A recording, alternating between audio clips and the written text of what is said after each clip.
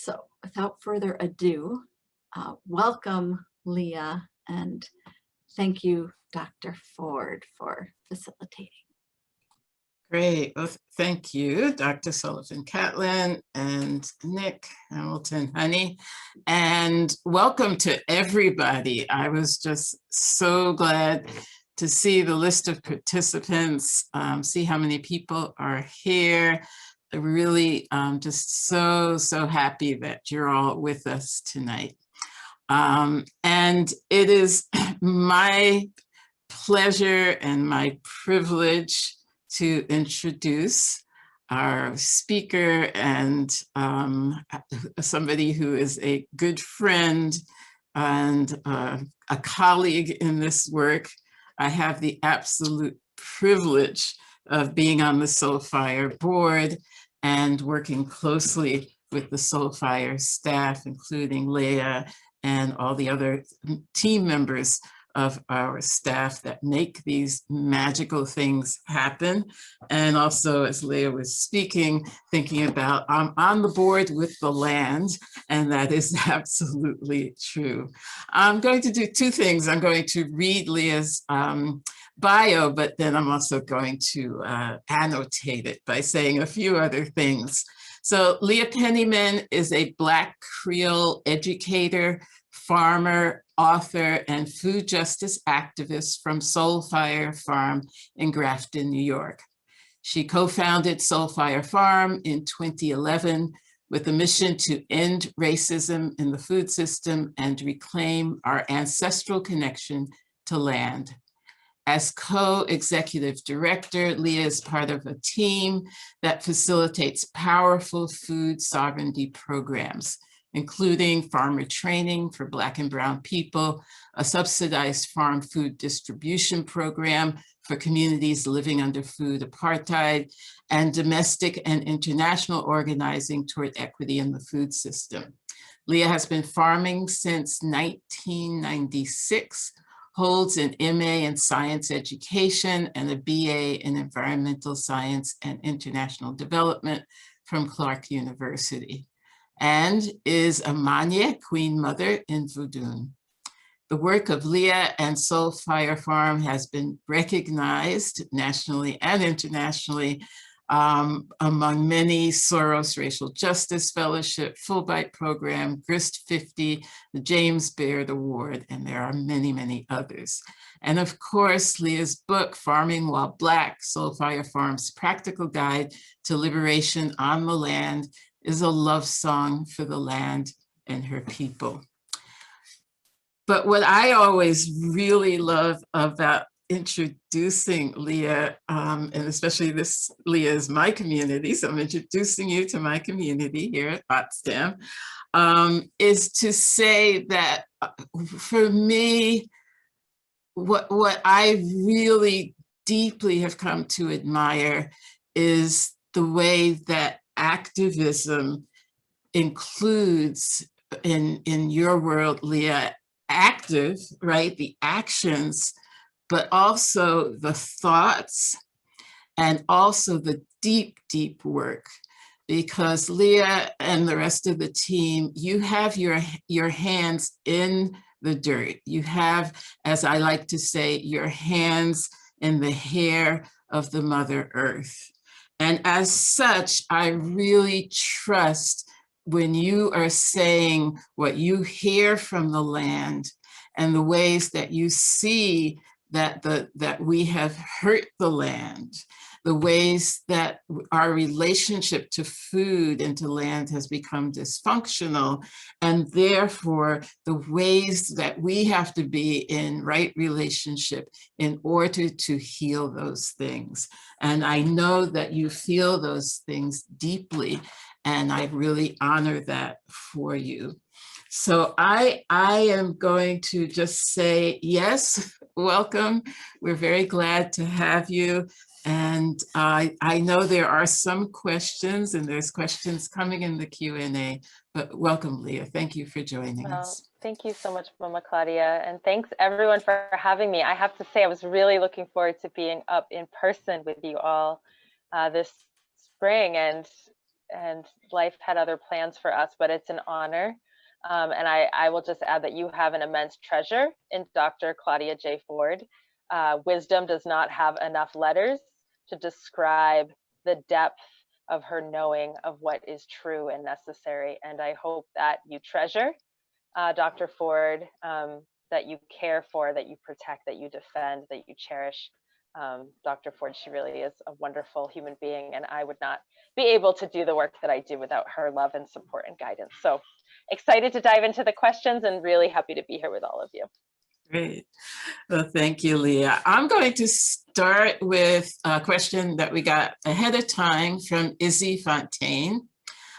Izzy had a couple of questions, but they are related. So it was, what is your biggest piece of advice for our generation? Izzy is an undergrad student, on helping the environment, but also making positive changes towards racial justice in the farming industry and in general. Related to that, what is the best thing white students can do to help combat racial injustice in meaningful ways? And how do you think college-age students can make positive changes on the environment? Ooh, thank you for that beautiful bundle of questions. I'm going to zoom out and answer it a bit theoretically, and then I'll give you some practical things. But when I think about ways to make change, I find the framework of the butterfly of transformative social justice very compelling.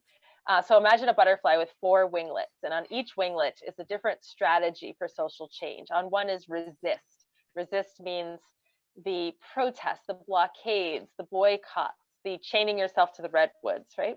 On another winglet, we have reform. These are folks working inside the system, teachers in the public schools advocating for a sane lunch break and protection of children. We're talking about working through the electoral system, transforming our organizations to be more anti-racist. This is reform. On another winglet, we have build, so the people who create alternative institutions that start to get at what we hope to see in a more liberated future, the farms, the freedom schools, the co-ops and credit unions, and so forth. And on the final wing, we have heal, because there's a whole lot of trauma flying around. And so that's the artists, the therapists, the singers, the musicians, the ways that we come together in ceremony and ritual to be better humans. And a butterfly cannot fly with 1, 2, or 3 of these winglets. It actually needs all of them. So the answer to your question about what is the best thing to do, it's the intersection of what the world needs and what makes you come alive. And no matter which winglet or several that you end up on, it's the right answer, because we actually need all of those strategies for us to get free. Now, on a very practical sense, I mean, I mentioned in the keynote a list of action steps that we have on our website, soulfirefarm.org. And those are especially relevant for people who identify as white or European descendant. It relates to policy, leveraging purchasing power, transferring resources and power to Black and Brown-led institutions, and more. So I encourage you to check that out and ask yourself the question, where does my aliveness intersect with this list of things that the world needs? Great, thank you, Leah.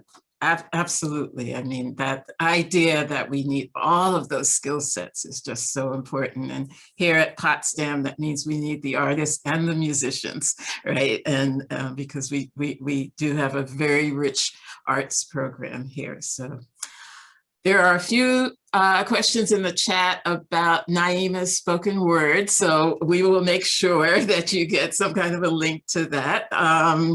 And also to others of Naima's work, which is absolutely fantastic. Here's a really interesting question. How can we stop the redlining after effects that still affect New York State and the US as a whole? That's a very profound question. That's a deep question, you know, and the honest answer is I don't know. It's so complex and intersecting, it's hard to say, like, here are 10 easy steps to erase the damage of redlining, because of course, one of the main reasons we have a 16-to-1 wealth gap between white and Black folks is that legacy of redlining. So even if you fix de facto housing discrimination, it doesn't then repair backwards. So on some level, reparations are needed to fix that legacy, and that is, you know, the return of what was stolen and making it right.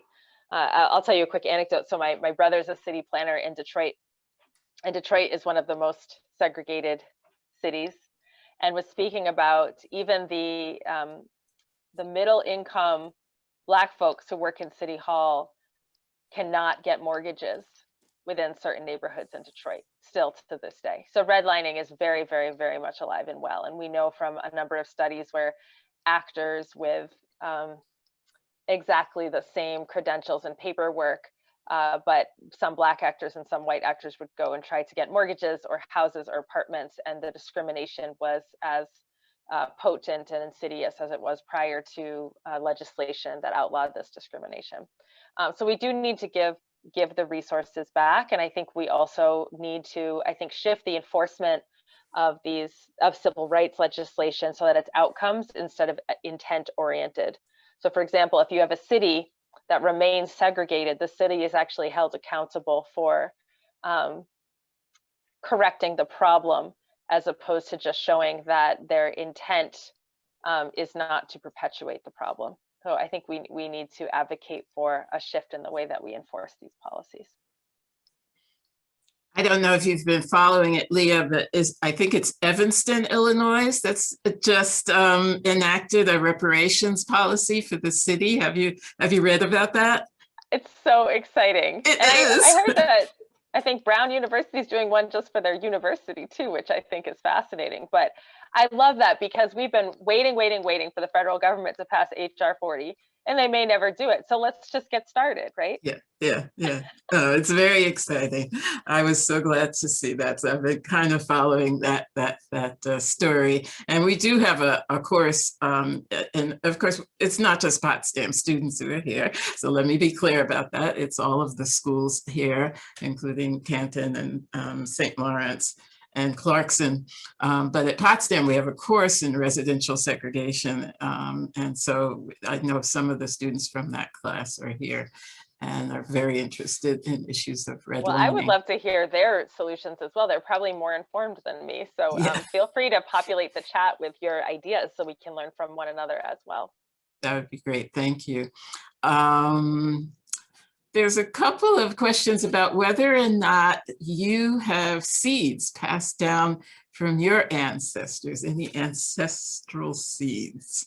Oh, that is a beautiful question. So in a way I do, in the sense that we grow a number of crops here that are ancestrally significant. Crops like hibiscus, Scotch bonnet pepper, plate day, Haiti tomato, what else? Eritrean basil, a number of crops that are culturally significant. And I am indebted to my friends at True Love Seeds, Chris Bolden Newsom and Owen Taylor, for uplifting, carrying on, keeping alive these seeds. I did not inherit any physical seeds from my ancestors that I continue to plant. And I have thought about going back to where my grandmother lived when she was alive, right outside of Boston, where she kept the strawberry patch, to see if the current owners would let me check and see if there's any runners, because the very first thing I ever gardened was strawberries with her. And that would be a blessing, but I haven't got up the courage, so maybe this will be my motivator. Great. And let's see, I'm just trying to group them, but this is not really going to happen. So I'm just taking them in order. This is a big question and also really important. So comments on the importance of the Farm Bill and challenging the power of corporate agriculture, what can be done. Again, reparations conversations around this. And of course, maybe you can say a word or two about the very, very new farm bills that really literally have just been passed, what, in the last couple of weeks, is it? Yeah, so the Farm Bill is a monumental piece of legislation. By dollar value, it's the largest piece of legislation that we have in our country, and it controls all aspects of the food system, not just subsidies to agriculture, but the SNAP EBT program, and the school lunch program. So there's so much wrapped up in that. And I commend anyone if you want to attempt to read it. What I tend to do with the Farm Bill is to join coalition organizations that have lobbyists and experts who pick this apart and figure out what it is we need to advocate for. So organizations like the National Young Farmers Coalition, the HEAL Food Alliance, HEAL stands for Health, Environment, Agriculture, and Labor, the National Black Food and Justice Alliance, and the National Sustainable Agriculture Coalition. So if you're interested in Farm Bill advocacy, I would get on their listservs and read their summary reports and their white papers. So for example, some of the things that we've advocated for, this will sound obscure, but it's profound, right? So up until the last Farm Bill, the way that all of the USDA, US Department of Agriculture programs worked is that you could not access them unless you had what's called a clean deed to your land. Now, the thing is that over 50% of Black farmers have what's called heir property, H-E-I-R, which is not a clean deed. It's when a whole bunch of cousins and uncles and aunties and brothers and sisters and siblings own the land in common, which is a culturally appropriate way that we hold land. However, it does not articulate with white man's law. So that is meant for generations being ineligible for loans, crop assistance, high tunnels, conservation programs, etc. In the last Farm Bill, we got to change that one sentence. So now heirs property is permitted. And it's a whole lot of fights like that. A big thing that's coming up for the next Farm Bill is we want to make sure that the Justice for Black Farmers Act of 2020-2021 is incorporated in the Farm Bill. This would allow for redistribution of millions of acres of land to Black farmers, the establishment of a farm conservation corps, which would provide income for young people who want to learn how to farm, as well as income for their mentors.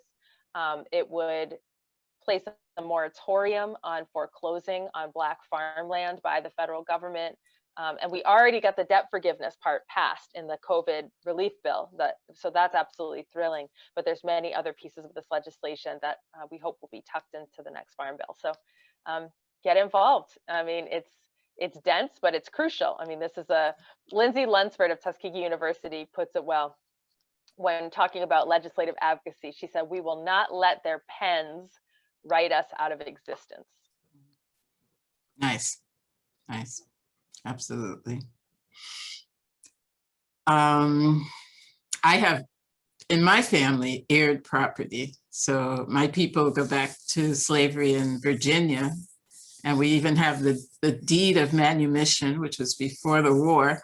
But we have property there, and there are heirs from that heired property that we actually cannot find, right? And so we can't do anything with it. And it's, it's really frustrating. And yeah, it wouldn't be financially viable to farm it because we don't have access to the resources. So it's a real issue. So thank you for reminding of that. Let's see, Marietta Brady says, if I want to start a land program for my community, starting with families, how do I begin? I love that you say starting with families, because I think that many, many good things in life are built on family, whether blood or chosen, but built on that bond of irrevocable love and commitment. So I'm going to answer this differently than the way I usually would answer it, but I would say start with those with whom you have an intimate and authentic connection and see what you want to build together. I don't know what your community is or how you're defining your community. I do think something to take care with is that when we're starting or initiating something, that we're truly doing it in our own community, a community that claims us as much as we claim them. And if we are guests or visitors in another's community, that we start by listening and supporting existing initiatives rather than being a pioneering entrepreneur. But yes, in our communities, let's start with on that foundation of love. Thank you. And then Claire says, thank you so much for this work. I work with North Country 3rd through 9th graders in a K through 12 school, yummy ages. And so have you. you've been teaching quite a bit. Yeah, so great. So this is about teaching. I'm wondering if you have any advice on how to engage my students on these important topics. I work for a grant and I sometimes get classroom time, but only for sporadic 30-minute blocks. But civic engagement is one of our grant objectives, so I can definitely make it happen. Oh, that's so exciting. And I know as a teacher, I was 17 years as a classroom teacher, high school science, and I know that 30 minutes is a precious long period of time in the context of the school bells. So I will say there are a number of curricular resources that we let the public use for free that are on our website, soulfirefarm.org, activities that are appropriate for the age ranges that you mentioned. So you might want to check that out. And depending if you have access to the outdoors, you know, there's so many. There's Nature is My Teacher, which is teaching students how to listen to the earth. There's collage biographies where we celebrate heroes like Fannie Lou Hamer and Dr. George Washington Carver by creating these collages and then sharing. There's an activity, Media Does Not Have My Mind, which teaches critical analysis of junk food commercials and the corporate attempt to take over our taste buds and convince us to get sort of sucked into their corporate trap. So there's a lot of fun stuff there that I think would be a good starting place. But I will say with young people, I really resonate with the research of David Sobel, who wrote Ecophobia, and reminds us that we only defend what we love. So before we teach young people about, you know, how the polar bears are starving, we have to help young people fall in love with polar bears. And that goes for anything. If we want to teach people about you know, the ills of racial injustice, there has to be some caring for folks, for humans, and some sense of humanity as the foundation. It doesn't work to just say, here's all the problems and all the hurt. If we want to truly change their behavior as adults to be more justice-minded. So think about how to help your young people fall in love with whatever it is that we're hoping they will protect. And I know we're in rich farmland up here, so there's just so many opportunities to, you know, take young people out when we can and see that they get on the farms themselves. So not in that 30 minutes, though, right? So, this is a thank you. There's a lot of thank yous in the chat. Thank you. You have inspired my 3 Senegalese American daughters. Tonight, our 8-year-old has wanted to be a farmer for a while now, and hopefully we will be able to visit your farm someday. Thank you for all the work you do. Nice. When is the farm? Yeah, when is the farm going to be open for kind of a post-pandemic reality? Oh, I think that's the question for all of us in the world, right? Is when, but we are open for small group events now, and you can go on our website, soulfirefarm.org, to sign up. We have volunteer days that are capped at 15 people twice a month, including one tomorrow. And actually, I just had a few cancellations because people are afraid of the snow rolling in, but that's how we roll. So y'all aren't afraid of snow. If you want to pop down tomorrow, there's a few open spots. Yeah, but check out our program calendar. We have a number of both online as well as in-person events coming up and tours and things that you can sign up for. I'm going to put these 2 questions are related to different people. One is, do you think the US government has taken any real steps towards a sort of truth and reconciliation or reparations? If not, where do you think the government can start? And then from someone else, but related, would you please give an example to illustrate how reparations works? Sure. So as far as examples, with it also relates to the question, has the government done anything? I think there have been piecemeal, partial attempts at reparations. For example, after the internment of Japanese American citizens during World War II, there were some payments made to families. These payments were not enough to restore them to previous condition, nor to address the compounding harm. But there was an acknowledgement that that was wrong, and there was some money. In a similar way, with the victims of the Rosewood Massacre Black community, there were some payments made to the descendants of the victims. Georgetown University has given free tuition to the descendants of the people that they enslaved. So I think there are examples throughout US history, and certainly internationally, if you want to look at some of the payments made to Holocaust survivors and so forth. The thing is, the way the United Nations defines reparations is quite comprehensive. It's not just about saying, I'm sorry, and giving however much money the perpetrator feels like giving. The United Nations requires that the victim is restored to at least their state that they would have been in had that harm not happened.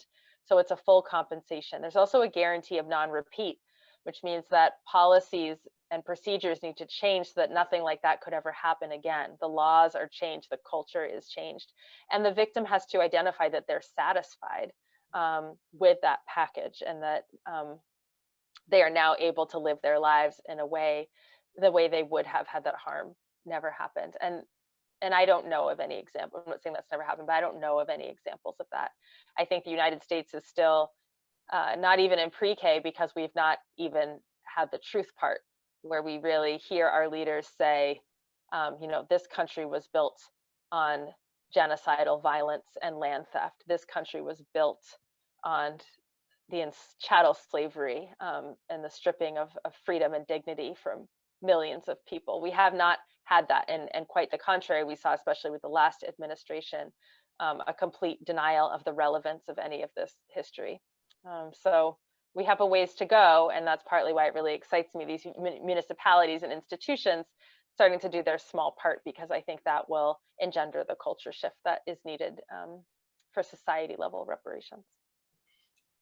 Yeah, and as you're saying, even that part of not repeating, I mean, if you look at what's going on in Georgia right now with the rollback of voting rights, that's definitely repeating the harm and trying to re-entrench some of the harms.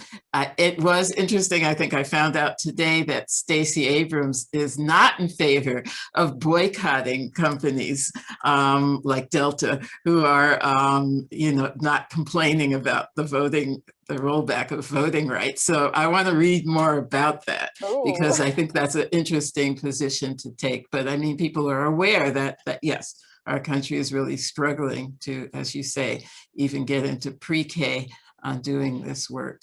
So let's see. This is a question you spoke a little bit about in the video, and it's, how did you get involved with food justice activism? And what resources have you used to gather your extensive historical knowledge about the exclusion of Black people from land ownership and farming? So that also talks a little bit to some of the research that you did for the book as well. Yeah, so I imagine, like many of you, I wasn't taught any of this in school. I had no idea. And so it's been my own research and also community conversation and working with mentors that have supported me in uncovering some of this. You know, in my book, Farming While Black, specifically the Black agrarian history really came out of a hypothesis that it might be true that Black people contributed something to organic agriculture. So I quite literally I took each organic agricultural technique that I had learned over 2 decades of farming and researched its origins through you know, the peer-reviewed primary source literature, and lo and behold, you could trace there is a Black person involved somewhere with all of those technologies. So that was how that particular research went. But I want to credit a few scholars and thinkers who also influenced my work, and are friends of mine, Dr. Monica White, who writes a beautiful history, Freedom Farmers, Dr. Ashanti Reese of Black Food Geographies, who has an incredible analysis of food injustice, and has a new book out too that I'm forgetting the name of. We need to talk about Michelle E. Lee, who does a powerful history of the role of herbalism in the African American community. The documentaries Arc of Justice and, it's gonna slip my mind, it's called Black Farmers. There's another documentary there that was done in the early 2000s. And so there is some powerful work out there, and I'll actually throw in the chat a bibliographical summary in case you want to do any further reading. Great. And how did you get involved? That was the first part of the question. Oh, how did I get involved in? Yeah. So I started farming when I was 16 years old. So let me back up. I fell in love with the earth as a very young person because when my sister and brother and I were staying with my dad in Ashburnham, we were one of the only brown families, sometimes the only brown family in town. So to say that we were teased would be an understatement. I mean, it was just an impossible racial bullying situation. So we spent all our time in the woods.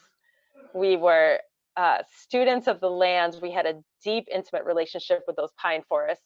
And I knew that my life was going to be about working with the earth in defense of the earth. So I got a job as a farmer in high school and never looked back. I just loved being outside. I love getting sweaty and dirty. I love pulling up goodness from that sacred soil. And Soul Fire Farm, it always felt inevitable that we would start a farm at some point, my partner and I, who's also a farmer.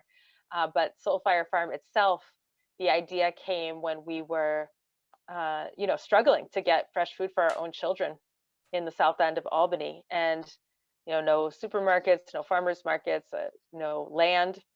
And when our neighbors found out that we knew how to farm, they started half jokingly encouraging us to start a farm for the people. So here we are.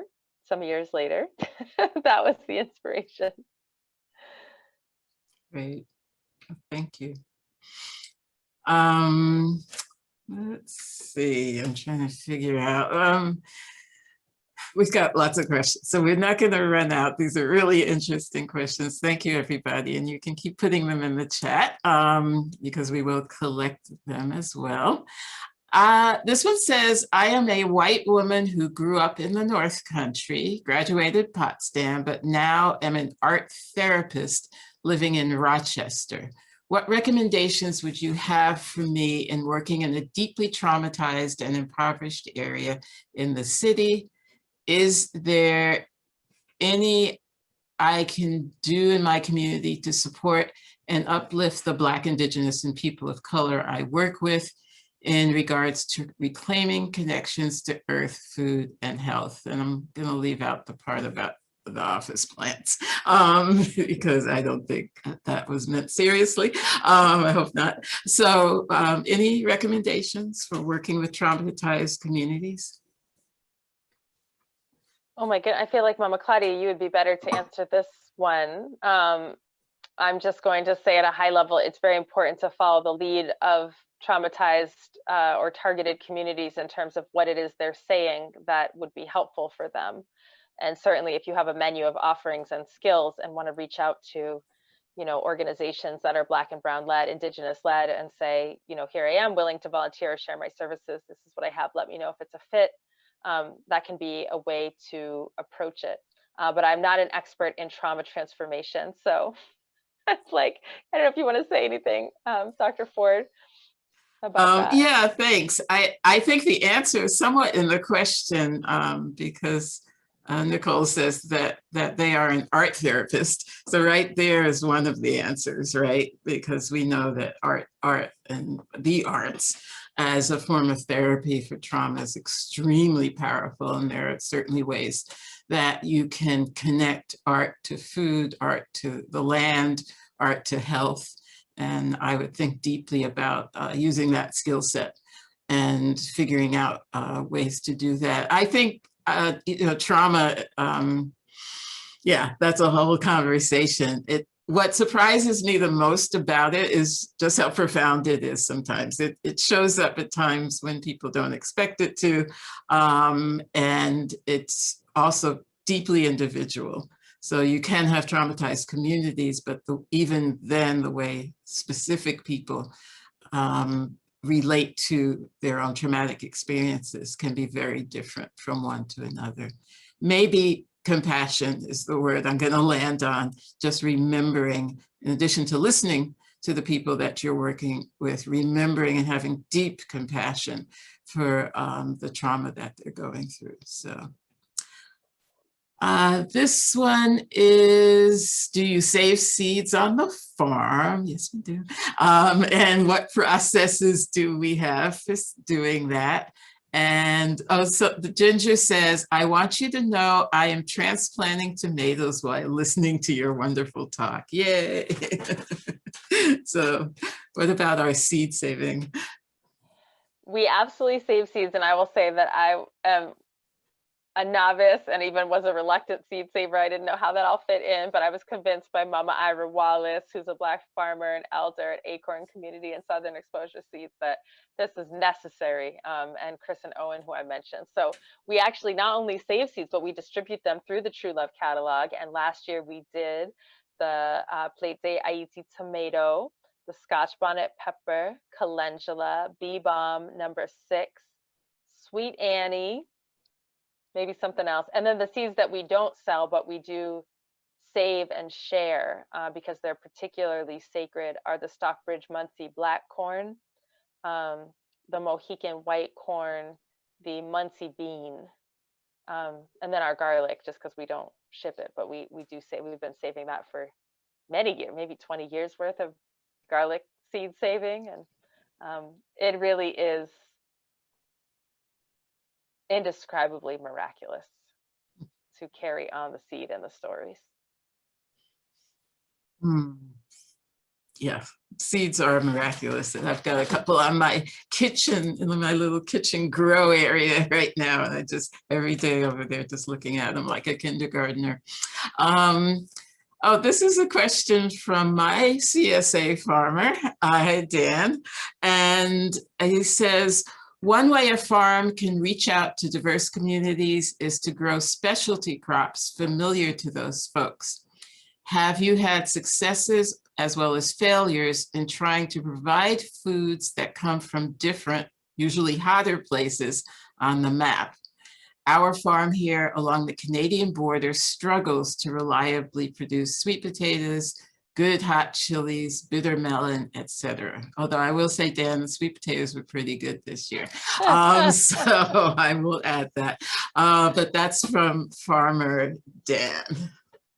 Yeah, absolutely. That is true. It is so important to grow culturally relevant crops for folks. And yeah, I mentioned the Scotch bonnets, and those did not ripen until November. And I was just sweating, like, are they actually going to turn red by the time I have to get them in? So we do grow a number of those crops inside of our high tunnels, which we jokingly call our North Carolina house and South Carolina house, because that's the approximate climate that you get in there.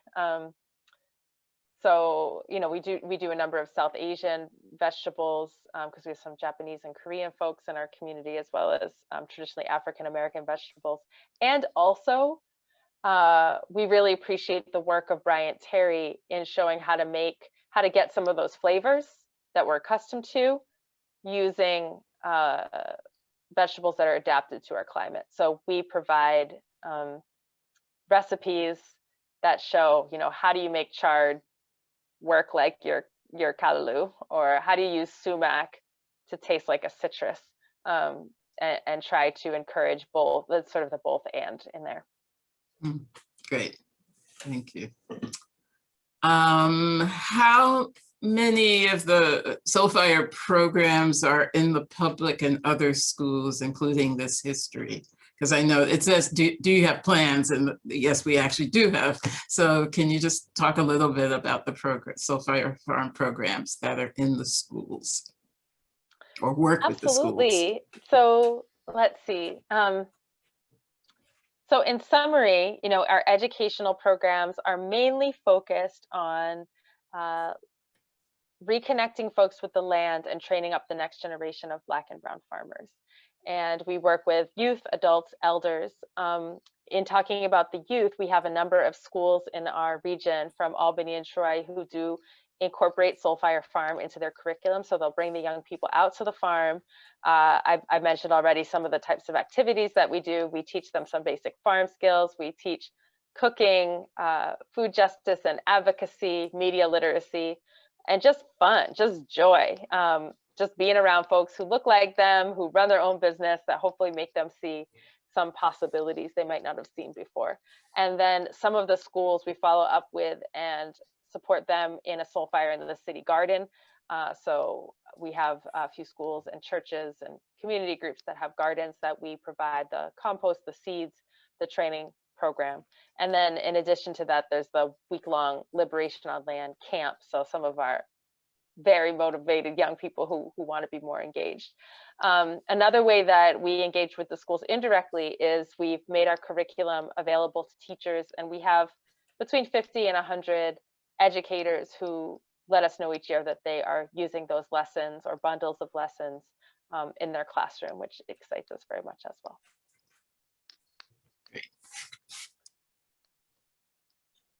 Here's a great one. Do you have any connections with water protectors, and how do those alliances with indigenous populations and water protectors align with Soul Fire Farm goals and motivations? Oh, 100%. So I'll tell you one very personal example or close to home example. So we're on Stockbridge, Munsee, Mohican territory and have been building a friendship with folks at the Mohican Nation in Wisconsin and also folks who are in the homelands over the past several years. And one of the things that came up a few years ago is that National Grid wanted to put a pipeline, the E37 pipeline, right through the Hudson River across Pascony Island, which is the historical place of the sacred fire of the Mohican people, also the place where their maize mounds grew, where there's artifacts. And so at the request of the Mohican Nation, Soul Fire Farm got involved with campaigning against the E37 pipeline. We went to public testimony, wrote letters, raised funds, and fortunately, that pipeline project has been indefinitely suspended, which is really, really, really good news. And it's good to remember that, it's not just one place in the nation where these pipelines and threats to water are happening. It's all over the place, and it's pretty constant, and especially insidious when indigenous folks have been kicked out of their homelands and then can't always keep a watchful eye on what is happening to those sacred territories. So it's important for us as those who are aspiring allies or aspiring accomplices to be paying attention and be ready to engage in that way. So yeah, we stand unequivocally in solidarity with indigenous people, with the Land Back movement, with the Water is Life movement, and hope to do ever better in acting humbly and effectively on that commitment.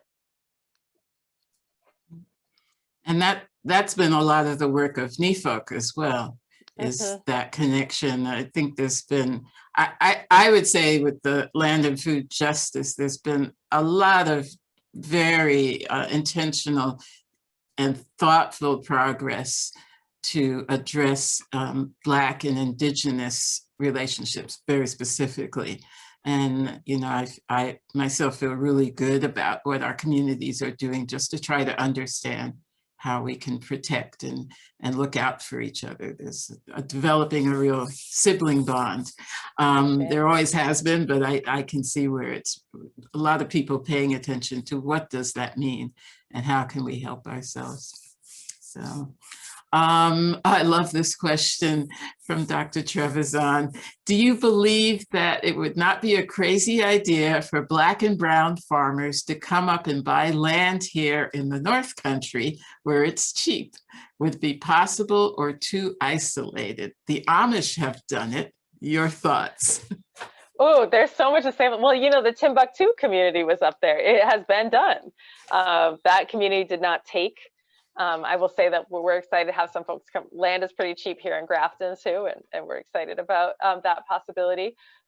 I will say though, I think that Charles Blow's Black Power Manifesto, The Devil You Know, is pretty compelling and is encouraging Black people in particular to go back to Louisiana, Mississippi, Alabama, and South Carolina, where previously Black folks were in the majority, now are no longer in the majority, but have a plurality. And to reclaim political power in that way. Very, very compelling. If you have not read that, it's at least worth thinking about. So I haven't figured out what my personal positional stance is. I'm staying. This is my home. Finally convinced our little brother to move back east. We're staying. But as far as what is the strategy of where we're encouraging mass movement, I don't know. I think we could stand to be a little strategic and deliberative about that. Yeah, and as somebody who's up here in the North Country, I wish the isolation was the only problem. It's not, right? It's not.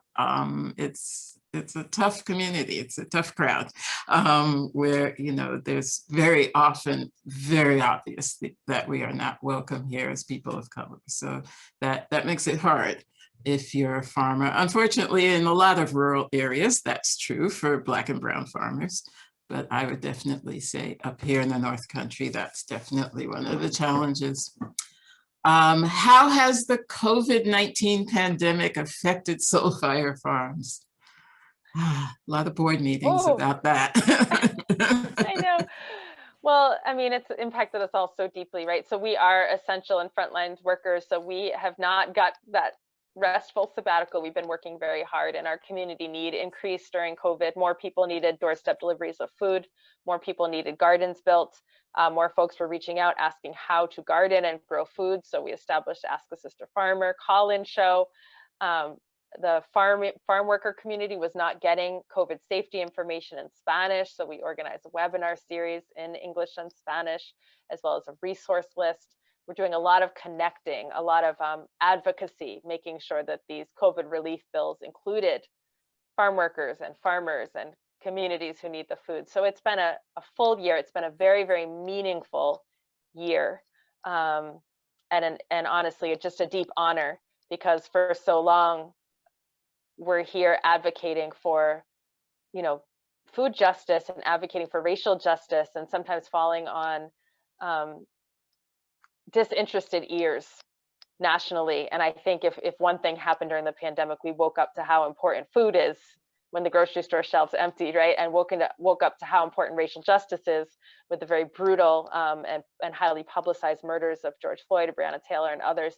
And so my prayer is that's not a passing fad, but really a permanent shift in consciousness, so that the work of Soulfire Farm and other organizations like us, receive the support that is warranted. So. Yeah, wow, it was a year ago, Leah, that all of a sudden, all these programs that we were doing online and the webinars, I had never even really, what was a webinar, right? And it was absolutely fantastic, the work that Soulfire Farm did with others, like the whole farming land herbalist community. You could go to 4 webinars a week, all of a sudden, just teaching people how to grow food. It was really inspiring to me. So yeah, but it's hard to think that was only a year ago. And Heather, please give us a 5-minute warning, because I'll just keep talking here, so that we know when we should wind down. I think we're at that 5-minute. Are we at that 5-minute? Okay. Leah has about that much. Okay. Is that true, Leah? Is that good? Leah, is that good for you? Yeah, I think we're a little bit over time, but maybe we could just do one more question if there's one more of that. Okay, great. Oh, that's going to be hard. There's so many good questions here.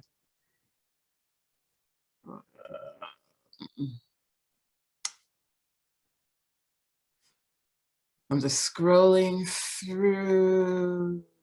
Let's see, immersion program. There's tons of questions, and make sure that we get a copy of this. But I think the one that I find interesting is here. Would you talk more about your experience abroad? This is from Grace, and how it further shaped your perspective on the industrialized food system in North America. Time abroad well, I will say the thing that comes to mind first, and I don't know if we should end on something so controversial, is when I first went abroad, I was an evangelical vegan, because my main exposure to information about animal agriculture was this industrial exploitation, these confined animal feeding operations, and really just horrific in every way treatment of animals as I saw it. And living in Ghana, West Africa, saw a completely different way that animals were integrated into community life, part of whole farm fertility systems, respected and revered, used sparingly. And that opened my eyes very much to think about what is the indigenous ways of interacting with animals across the globe. The people of salmon, the people of buffalo, the people of the deer, the people of the cattle in East Africa, and seeing that it wasn't, for me, the line wasn't, do we interact with animals in agriculture or do we not, but it was more of how do we reclaim an indigenous way of being with all life on earth versus this corporate industrial settler colonial way of being with all life. That was a big aha for me. Yeah, and also just reinforcing that 70% of the world's food is still grown by smallholder farmers across the world using relatively sustainable methods. And we've been feeding ourselves without trashing the planet for 5,000-10,000 years. And this little blip of destruction is just that on the great march of humanity. So we can pick up where our ancestors left off and carry forward and figure out how to both be fed and also take care of all of our non-human siblings at the same time.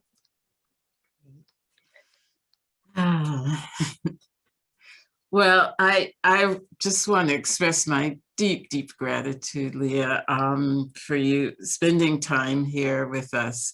I will make sure that we figure out a way to get some of these questions, because I think there are things that are super interesting and may be interesting to you to see the kinds of questions that people have. So thank you to everybody who participated and who contributed a question, and apologies if we did not get to your question. But I do want you to know that we all feel very privileged to have spent this evening with you as somebody who both personally and in your work embodies this this quest, this journey for balance and for right relationship.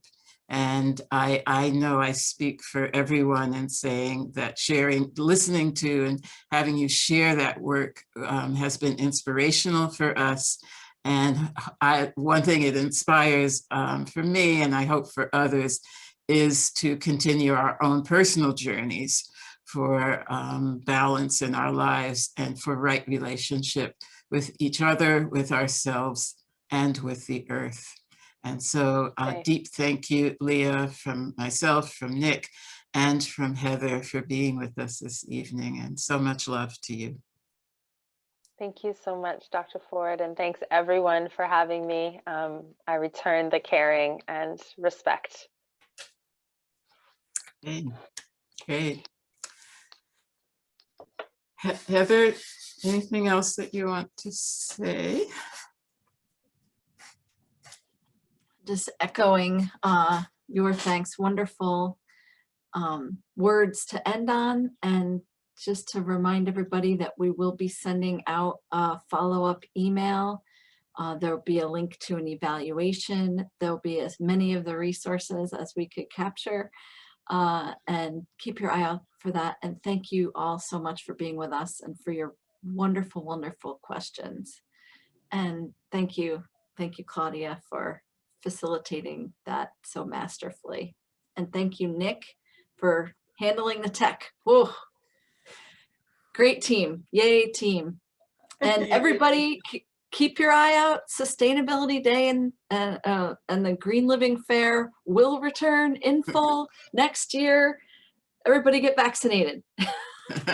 Sounds good. Good night, everybody. Thank you for coming. Bye.